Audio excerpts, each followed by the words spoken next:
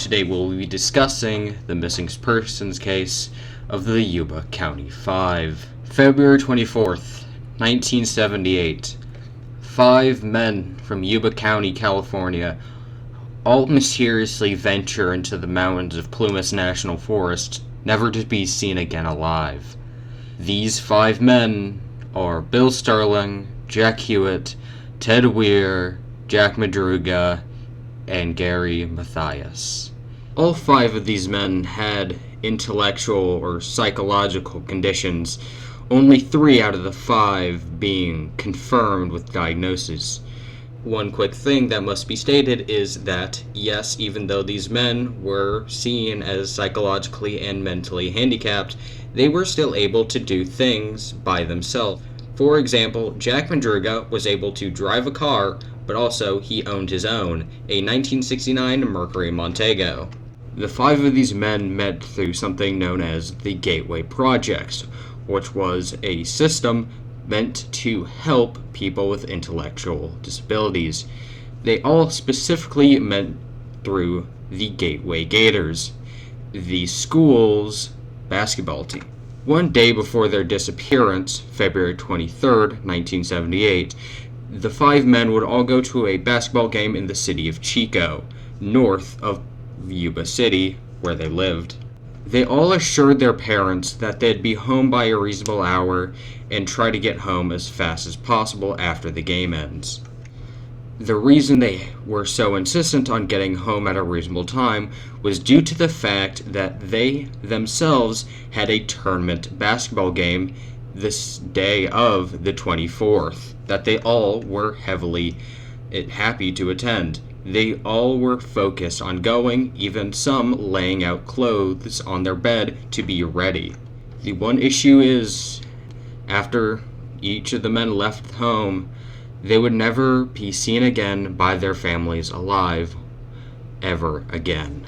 Eventually, the families started to notice none of the boys came home the day of the 24th, calling each other, asking if they have heard if one of the boys chose to stay the night at a friend's house or whatever they could have been doing at the time. Eventually, a missing persons report was put out for the 5 men, along with Jack Madruga's 1969 Mercury Montego.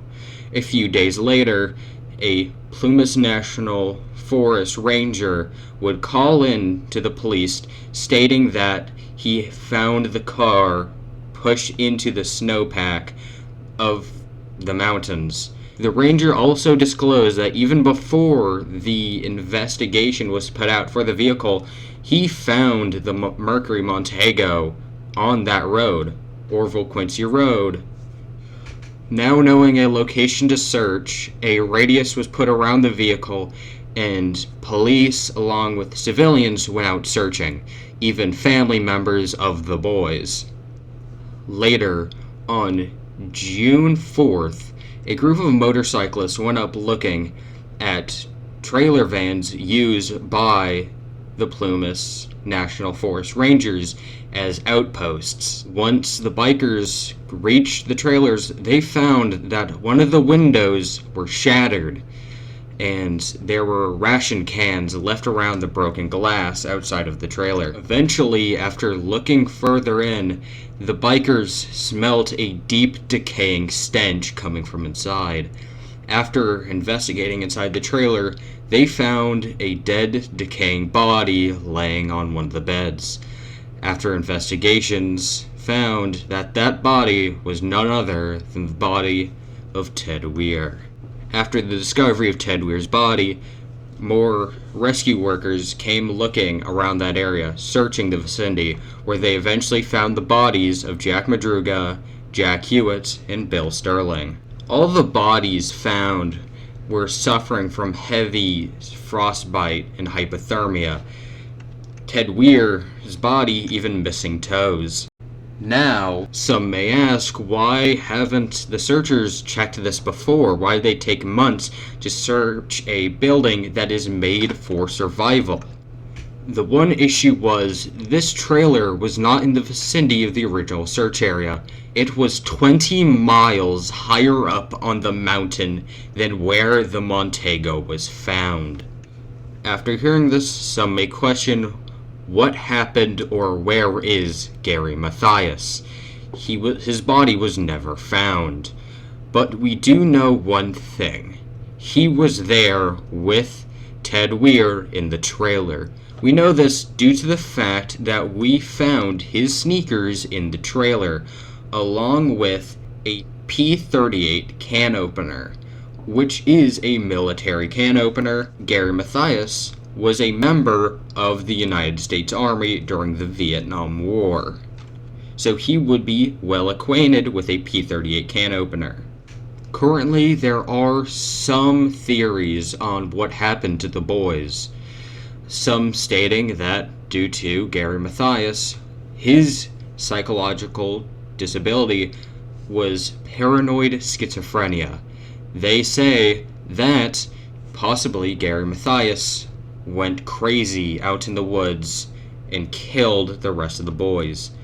This is heavily disputed due to the fact Gary Mathias was seen as very protective and caring over the boys, not willing to do any harm to them under any cause. A very modern and most likely theory was that of a person I have yet to mention before. I now have to introduce the character of Joseph Shones, a man who said that he was on the same mountain that the boys were lost on the same night, saying that he saw them that very night before they went missing. Joseph Shones says that he had a heart attack on that mountain and called out for help, trying to get the boys' attention, but they simply did not pay attention to him, even turning away and turning off their flashlights so they wouldn't see him or he wouldn't see them. The issue was that his account shouldn't be taken with very much legitimacy.